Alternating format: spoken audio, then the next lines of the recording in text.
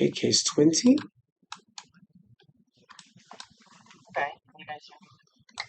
So this right here, like on low power, I think it's kind of like it looks kind of warty, I guess, with some hyperkeratosis. Mm-hmm. You see acanthosis on like half of the lesion, I guess, Yeah. and papillomatosis, and it does have a bit of like a bumpy surface. It does extend into the superficial and deep area. Yeah. Good.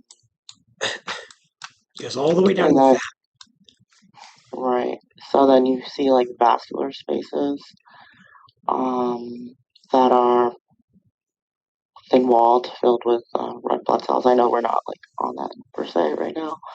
And there's not really a lot of cytologic atypia, not a lot of like multi-layering of the No. endothelium. Very well-formed vessels, right?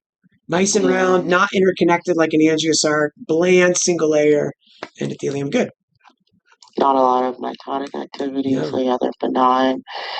So this looks like a verrucous hemangioma. Yeah, so if you just called this hemangioma, that'd be fine. If you want to call it verrucous hemangioma, admittedly, like you said, there's acanthosis over it and kind of reactive change. Not the best verrucous architecture, I will be honest. But the fact that it goes so deep, I think it's reasonable to consider calling it that. But probably, it's been a little while since I read about verrucous hemangiomas, but like so many things, the words hemangioma and malformation get kind of mixed up in the nomenclature is messy in vascular lesions.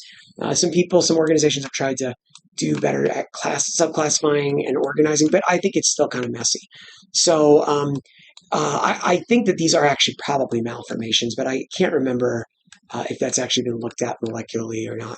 But they do tend to have a verrucous surface, variable size vascular channels that are benign appearing, like a hemangioma or a malformation. Oh, look, hobnail cells. Told you.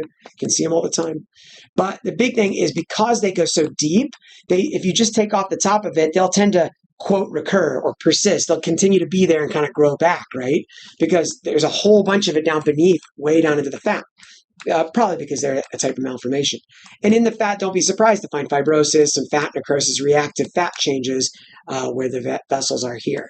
So if I just had this without any surface change, I would call this benign vascular malformation probably, if I didn't have any other history with it.